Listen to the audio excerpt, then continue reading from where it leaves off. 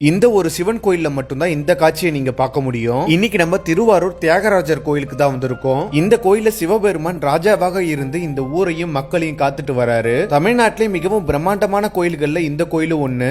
இந்த கோயில தினமும் சாயந்தரம் 6 மணிக்கு ஒரு பூஜை நடக்கும். அந்த பூஜைக்கு பேர் சாயரட்ச பூஜை. இந்த பூஜையில எல்லா தேவர்களும் கலந்து கொள்வதாக ஒரு ஐதீகம். சிவனுக்கு தீபாராதனை காட்டுற அதே நேரத்துல ஒரு வாத்தியம் வாசிப்பாங்க. அதுக்கு பேர் தாங்க பஞ்சமுக வாத்தியம். இது இந்த கோயில் தோன்றிய காலத்திலிருந்து இங்க இருக்கிறதாகவும் சோழர் காலத்து வாத்தியமா இது.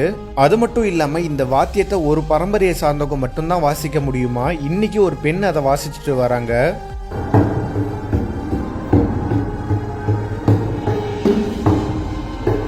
இவங்க ஒரு ஆசிரியரா இருக்காங்க. இந்த ஒரு சிவப்பணியை செய்யவே 6 மணிக்கு டான்னு வந்துருவாங்க இந்த கோயிலுக்கு. இப்படி ஒரு புண்ணியம் கோடி கோடியா இருக்கிற அம்பானி அதானிக்கு கூட கிடைக்காது. இந்த அம்மாவுடைய பாரம்பரியம் தான் இதை வாசிக்கிறாங்க. வேற யாரும் இதை வாசிக்க கூடாது, வாசிக்க முடியாது.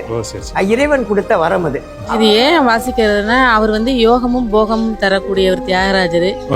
யோக நிலையை மிக உயர்ந்த யோக நிலை குண்டலினி மகாசக்தி எழுப்பக்கூடியது.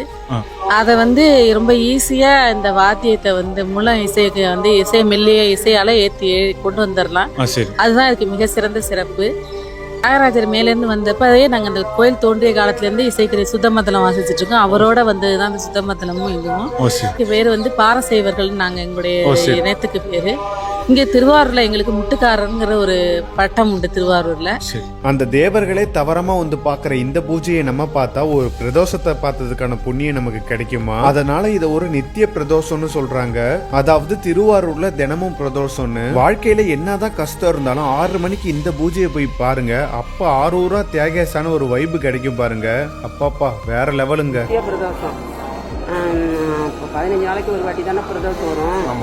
அதே மாதிரி இது இந்த 6 மணி பூஜை சாயரட்சம் நித்திய பிரதோஷம். அது அவ்வளவு ஒரு புண்ணியம், அவ்வளவு புண்ணியம். இது பார்க்கறதுக்கு முனிவர்கள் அத்தாண்ட பேரும் திருக்காமணம் கைலாயத்திலேருந்து திருக்காமணம் வந்துருவாங்க.